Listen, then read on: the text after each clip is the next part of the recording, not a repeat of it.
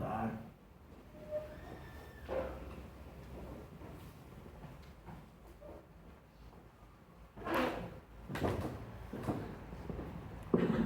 O momento mais lindo da igreja cristã nós vivemos no dia de hoje, o evento da ressurreição. Vocês viram que durante as últimas semanas os supermercados estavam lotados de ovos de Páscoa. Onde a gente ia, a gente via ovos de Páscoa. As lojas enfeitadas. Parece que no passado as pessoas enfeitavam um pouco mais as suas casas. Haviam árvores de Páscoa com os ramos secos. Haviam pegadas de coelhos pela cidade. Parece que não há mais muito enfeite. Parece que as pessoas estão mais objetivas. Mas o ovo de Páscoa, vocês lembram que nas semanas anteriores, aqui mesmo, nós tínhamos para oferecer ovos, casquinhas, doces. As pessoas se presenteavam com ovos para lembrar este momento. De onde é que vem esse costume? Bom, esse costume foi trazido da Europa. Acontece que lá, nesse momento, exatamente nesse momento do ano, termina o inverno e começa a primavera. Lá é hora de plantar. E então as pessoas, desde os tempos antigos, se presenteavam com ovos coloridos. Ovos significavam vida, a vida que está dentro do ovo. Pastor, mas e o coelho? O coelho na Europa agora, a neve começa a dar lugar, os coelhos saem da toca. Quando o coelho sai da toca, é sinal de plantar. E todos almejam então boas plantações, belas colheitas, e assim o ciclo da vida se renova. Esse costume foi trazido aqui para o nosso Brasil. Aqui se dá ovos de chocolate, aqui se dá ovos de amendoim, aqui também se dá coelhos de chocolate, mas o coelho e o ovo parece que não combinam, porque o coelho não põe ovos. Na verdade, o coelho e o ovo são distintos e fazem parte da cultura que já está inserida em nosso meio. Mas, como diz aquela musiquinha infantil, não foi o coelho que foi pregado na cruz, quem foi pregado foi o meu Jesus. E é isso que nós lembramos nesta Páscoa, a maior festa da igreja. E as pessoas festejam, as pessoas hoje estiveram em comunhão com os seus familiares, estiveram em comunhão uns com os outros, mas geralmente em família. O Miro me disse antes que nem mesmo restaurantes abriram hoje. Hoje não é dia de trabalhar, hoje é dia de ficar em casa, é dia de comemorar, é dia de refletir, é dia de se inteirar com a sua família, viver em comunhão com a família. E eu, de certa forma, fico contente que o comércio fechou hoje. É para fechar mesmo, é para comemorar, é para reflexão, porque é um dia especial. Neste domingo, há 2000 anos atrás, o nosso texto diz que algumas mulheres estavam muito tristes. E as mulheres são aqui até nominadas no nosso texto. Aqui diz bem certinho quais eram elas: Maria Madalena, Joana e Maria, mãe de Tiago. Então nós temos aqui 3 mulheres que estavam lá na crucificação e que viram o que aconteceu com Jesus. E elas estavam tristes, amarguradas. Vocês lembram num momento fúnebre, ou quando nós participamos de um momento fúnebre, nós estamos tristes. Quando a gente vê alguém deitado ali, numa cerimônia fúnebre, sem vida, como a gente gostaria de chegar ali e dizer: olha, levanta daí, prossegue a tua vida, olha quantas pessoas tristes você está deixando ao teu redor. A gente, no intuito de querer fazer algo por aquela pessoa que vai, a gente traz uma flor, a gente abraça os familiares, A gente vê seguidamente as pessoas, os familiares lá, na pessoa que faleceu, arrumando assim a gola do seu terno, arrumando as flores, um último detalhe. Isso é bem humano, é bem assim mesmo.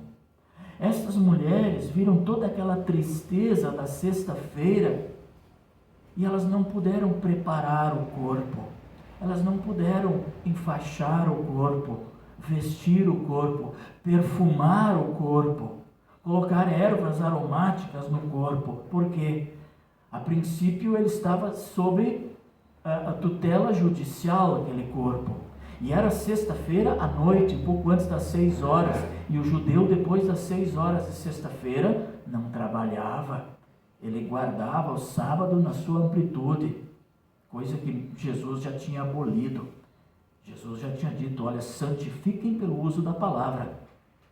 Mas a cerimônia de não trabalhar, essa não existia mais. As mulheres não puderam preparar o corpo. Eu fico pensando, elas foram comprar ervas aromáticas, perfumes. Quando? Provavelmente, que horas? Se às 6, às 18 horas da sexta, tudo fechou, o comércio fechou, quando é que elas foram comprar? Provavelmente foi no sábado, depois das 18 horas. Foram lá bater na venda e comprar todas as poções para embalsamar o corpo de Jesus. E então combinaram entre elas, olha, domingo então amanhã, bem cedinho, bem cedo.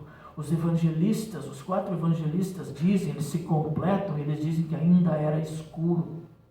As mulheres saíram e foram encaminhadas para o Gólgota, depois no jardim, no Getsemane, depois onde Jesus foi sepultado, na tumba que era de um político, José de Arimateia.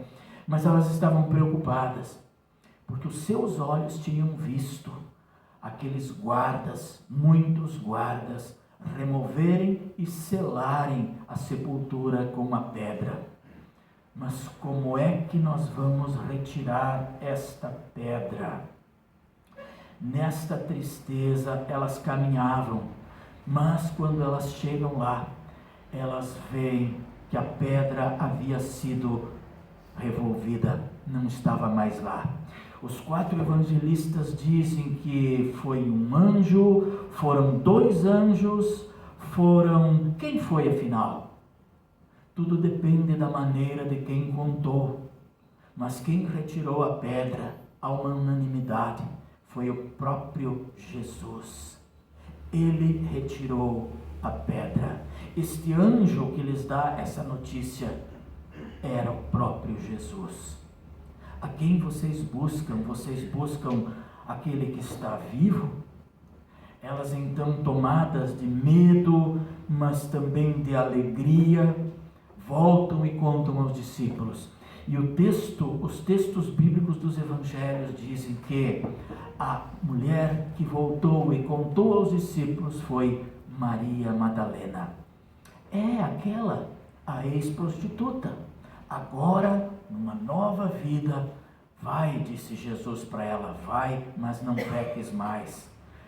Jesus a livrou de ser apedrejada, a sua vida foi mudada, foi transformada.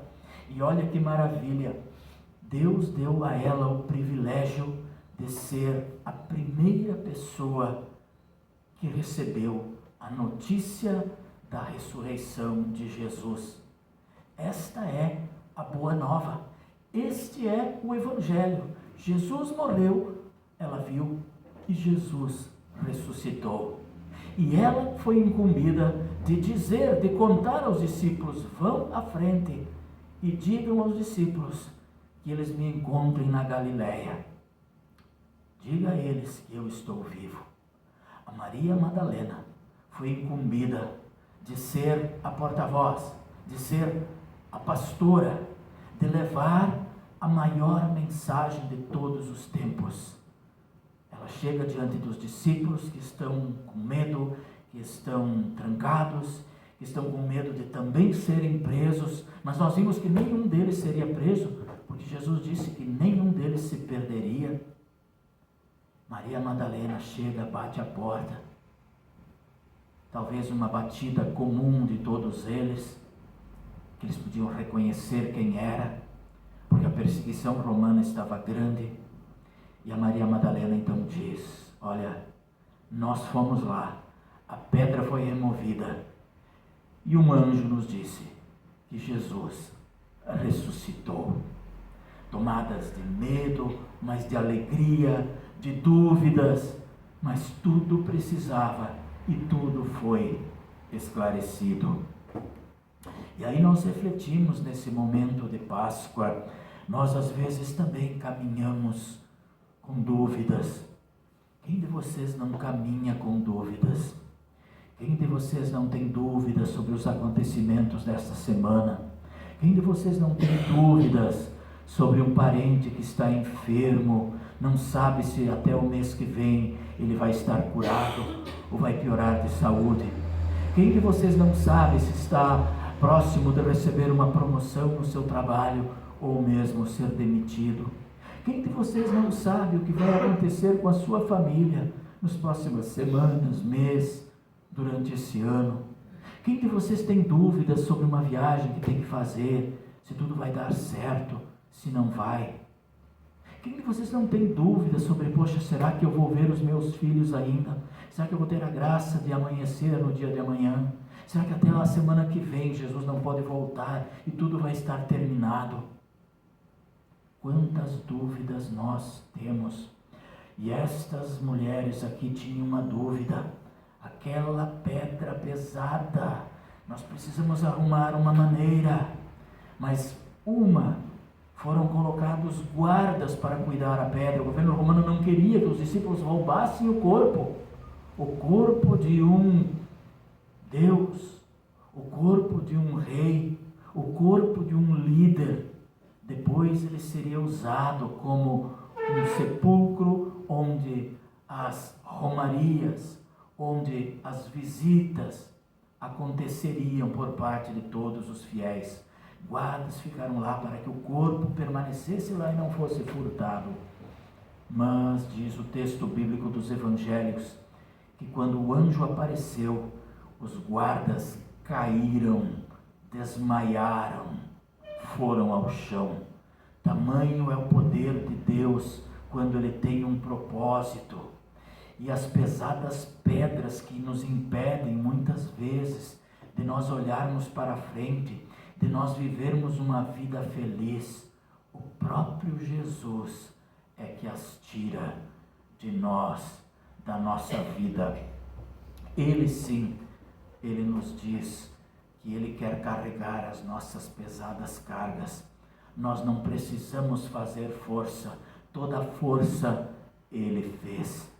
E esse Jesus que removeu a pedra, que falou para as mulheres a maior notícia de todas, o Evangelho que salva, que leva para a vida eterna. E a Maria Madalena, a porta-voz, a primeira pastora que nós temos notícia, que falou e deu a notícia do Cristo morto. Nós sabemos que este Jesus que ali morreu, Ele vem aqui para nos tirar todas as dúvidas, as dores, todo o nosso ódio, toda a nossa inimizade, toda a nossa falta de fé, porque Ele está presente. Ele vem remover pedras no nosso caminho e Ele vem também nos alimentar. Ele nos alimenta aqui com a sua palavra. Nós buscamos alimento na palavra, mas nós também recebemos o alimento que Ele vem nos dar aqui na ceia do Senhor. Alguns me perguntaram na sexta: pastor, hoje tem ceia? Eu disse sim. Vocês lembram que há muito tempo atrás a ceia era uma vez por mês, 40, 50 anos. A ceia é imprescindível, fazer isso todas as vezes, disse Jesus. Nós nos alimentamos pelos nossos olhos, pelos nossos ouvidos, nós sentimos até o gosto e o paladar do corpo e sangue de Jesus, o tato quando nós assim o pegamos na nossa mão, e também nós o ingerimos. Jesus está presente conosco, removendo pedras. E diz o texto que Pedro foi lá, se levantou, correu ao túmulo, abaixou-se para olhar e viu somente os lençóis de linho e nada mais. Isso o Evangelho de Lucas. No Evangelho de João nos é dito, João é mais minucioso. João diz que ele dobrou, Jesus dobrou e deixou os lençóis bem dobradinhos. Isso quer dizer duas coisas: que ele não iria mais ocupar aquilo. Quando você levanta e faz a sua cama, significa que naquele dia você não irá mais voltar para a cama só à noite. Então o significado é que Jesus realmente ressuscitou. E o outro significado é que quem serviu o quartel sabe que as camas precisam ser arrumadas todos os dias. Quem serviu o quartel sabe. O rapaz com 18 anos, se ele não aprendeu a fazer a cama, torça para ele ir para o quartel. Lá ele vai aprender a fazer a cama. E eu lembro que lá tinha o teste da moeda. Sabe qual é o teste da moeda? Sabe que a cama, com o tempo, ela fica mais funda no meio. Então o lençol precisa estar bem esticado. Aí vem o cabo, ele joga uma moeda. A moeda tem que picar no meio da cama. Se não picar, soldado, volte aqui e arrume a cama. Você não vai ocupar mais ela hoje, porque hoje vai ter muito trabalho. E lá o soldado vai então para as suas atividades. Jesus deixou a cama bem arrumada. Ele é o soldado de Deus, o Filho de Deus, que nesse momento ressuscitou e deixou a cama bem arrumada para que um dia nós deitássemos nela. Os lençóis de linho, o travesseiro, a pequena almofada que era usada nos momentos de sepultamento, lá estão esperando cada um de nós, 100% de certeza que nós vamos estar lá. Mas Ele vai nos chamar. Um dia nós vamos levantar dos nossos túmulos e nem as camas nós vamos precisar arrumar. Nós vamos levantar, quando soar a 7ª trombeta, nós vamos ser novamente recolhidos ao céu, à direita e à esquerda. E lá nós vamos retornar com corpo e alma para a mansão celestial. Esta é a obra que Ele veio preparar. Portanto, nossa leitura de epístola diz: se a nossa vida se baseia só aqui, nessa existência, nós somos as pessoas mais pobres que existem. Aqui tudo passa, as decepções são grandes, as tristezas são grandes. Como nós falamos na sexta, esse vale de sombra e de lágrimas, onde uma pessoa armada de um machadinho entra numa escola e mata 4 crianças. Se a nossa vida se resume a nós ouvirmos estas notícias, não vale a pena viver. Mas a eternidade nos espera. Que Deus abençoe aquelas mães, aqueles pais. Que Deus abençoe cada um de vocês. Que Deus os proteja de todos os perigos e de todo o mal. Mas se o mal vier, nós temos quem nos ampara e quem nos leva para junto de si. Que Deus abençoe cada um de vocês. Feliz Páscoa nesse resto de dia. Mas a Páscoa, na verdade, acontece todos os dias. Todos os dias, quando nós ressurgimos para a vida dos nossos leitos, nós podemos viver esta liberdade que Cristo nos dá. Vivamos essa liberdade aqui e agora, já, em nome de Jesus. Amém. Nos colocamos de pé.